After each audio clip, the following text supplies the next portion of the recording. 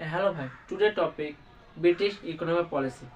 सो चलिए शुरू करते हैं। British economic policy, British economic policy modern history से बिलोंग करता है। यहाँ पर टॉपिक है British economic policy. British economic policy, British primarily trade करने के लिए आया था भारत पर।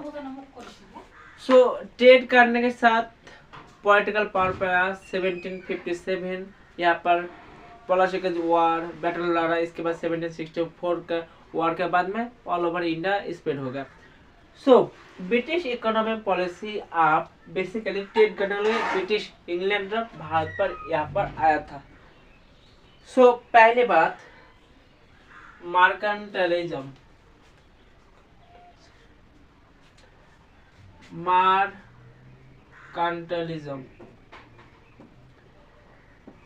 ब्रिटिश 1750 से 1830 तक, 1757 से 1830 पर यहाँ पर फेज में डिवाइड होता है।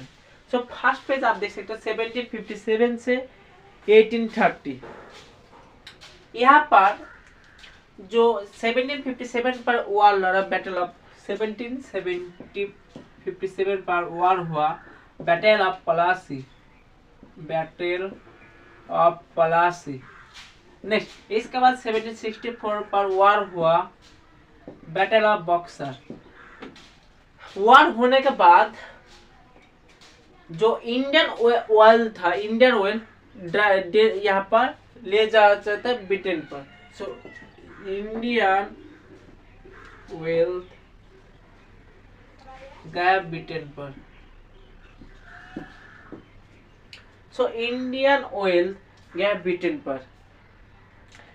इंडियन ऑयल आप देख सकते हो तब कॉटन था, कॉटन, स्पाइस, इंडिगो। इंडिया पर जो भी था वो लेकर जाता था ब्रिटेन पर। ब्रिटिश एक्सप्लोर कर रहा था इंडिया को ऊपर। नेक्स्ट इसके बाद free trade and decentralisation. Free, इसके बाद number 2 free trade and decentralisation, डिइंडस्ट्रियलाइजेशन।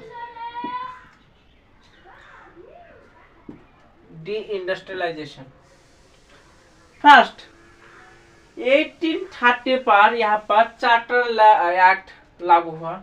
Charter act यहाँ पर जो ब्रिटिश का जो कंपनी था वहाँ पर मोनोपोली चार्टर एक्ट था बैन हो गया था। प्रोहिबिटेड हो गया था। चार्टर एक्ट 1830 पर मोनोपोली जो ब्रिटेन का था।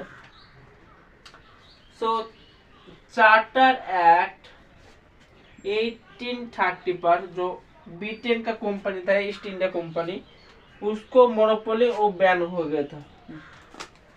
नेक्स्ट इसके बाद फिर यहाँ पर ट्रेड इंडिया जो हैंडीक्राफ्ट था वो डिक्लाइन फेज में गया, क्योंकि ब्रिटिश जो गुड्स आता था वो शिप होता था, इसी वजह से अनरिलायबल बहुत काम आता था। यहाँ पर इंडिया जो हैंडीक्राफ्ट वो डिक्लाइन हो गया। इंडियन हैंडीक्राफ्ट डिक्लाइन हो जाता था। नेक्स्ट इसके बाद आपको एक मैप से समझ सकते हो, यहाँ पर जो ब्रिटेन का ब्रिटिश इकोनॉमिक पॉलिसी था, जो टैक्स अदा करता था ब्रिटिश इकोनॉमिक पॉलिसी पर, यहाँ पर 3 तरीका: परमानेंट सेटलमेंट, इसके बाद ryotwari settlement and mahalwari settlement. जो ब्रिटिश इकोनॉमिक पॉलिसी पार्ट था, permanent settlement, number 2 ryotwari settlement and number 3 mahalwari settlement.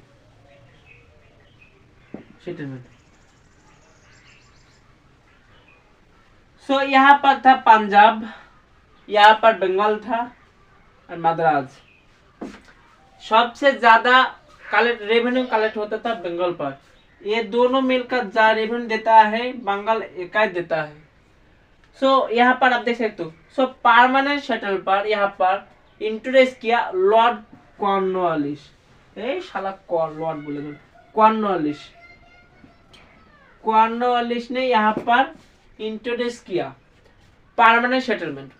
Permanent settlement क्या होता था, यहाँ पर जो लैंडलॉर्ड था, लैंडलॉर्ड मान जमींदार, लैंडलॉर्ड जमींदार।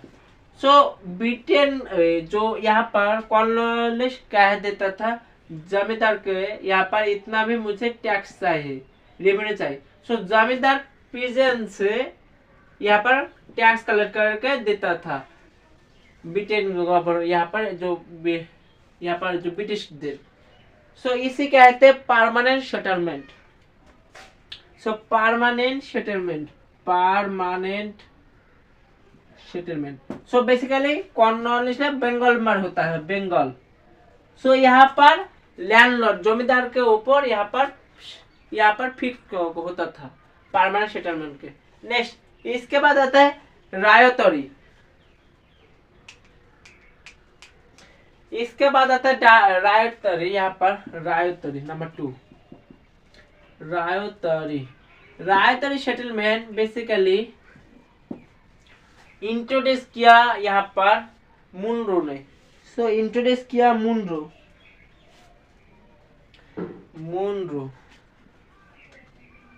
यहाँ पर डायरेक्ट रायत माने जब कृषक था, सो डायरेक्ट राइट्स के काज से टैक्स अदा करता था, टैक्स। इसको कहते हैं रायतरी सेटलमेंट। सो परमानेंट सेटलमेंट पर यहाँ पर जमींदार के काज जाकर टैक्स लेता था, लेकिन रायतरी सिस्टम सेटलमेंट पर यहाँ पर जमींदार के डायरेक्ट रायत के काज से यहाँ पर टैक्स कलेक्ट करता था। नेक्स्ट इसका बाद आता है मोहल्लारी सेटलमेंट। मोहल्लारी सेटलमेंट पंजाब में, मोहल्लारी सेटलमेंट, मोहल्लारी सेटलमेंट पंजाब। सो पंजाब में मोहल्लारी सेटलमेंट। सो यहाँ पर टैक्स कलेक्ट करता था, रेवेन्यू करता था कम्युनिटी के हेड के पास। कम्युनिटी जो विलेजर के कम्युनिटी था उसके हेड के पास जाकर टैक्स कलेक्ट करता था। सो बंगाल में परमानेंट सेटलमेंट, मद्रास पर यहाँ पर रायतरी सेटलमेंट एंड पंजाब पर यहाँ पर मोहल्लारी सेटलमेंट। सो तीनों सेटलमेंट आपको समझ में आ जाएगा। नेक्स्ट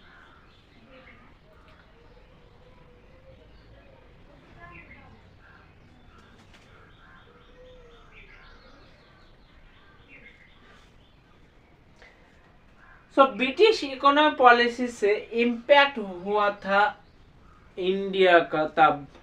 सो इम्पैक्ट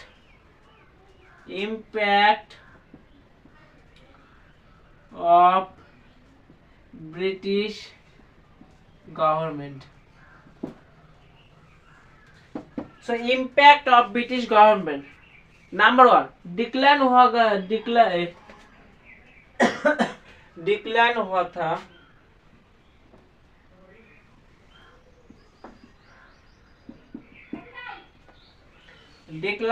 था जो हैंडीक्राफ्ट था लोकल, क्योंकि ब्रिटेन का सस्ता दाम पर दे देता था। इसके बाद इंडिया पर आया था poverty, Gujarat famine, Bengal famine, hunger. So poverty and hunger, यहाँ पर आप देखिए बंगाल पर पॉवर्टी हुआ and Bengal and Gujarat poverty and hunger. Next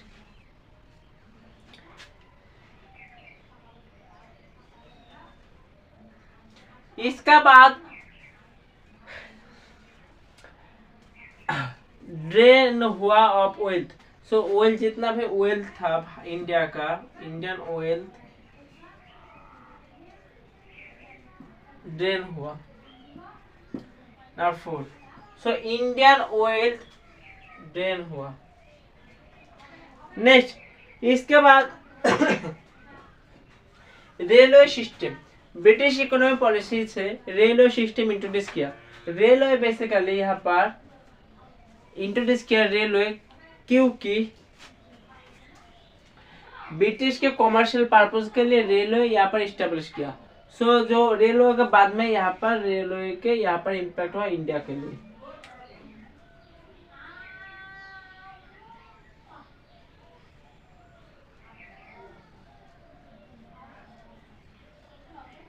railway next, तब इंडियन जो नेशनलिस्ट था यहाँ पर बॉयकॉट क्या, इंडियन नेशनलिस्ट था,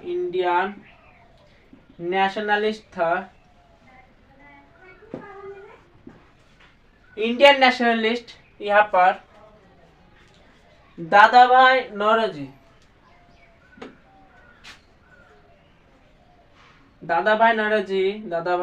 था। UnBritish rule, I forget,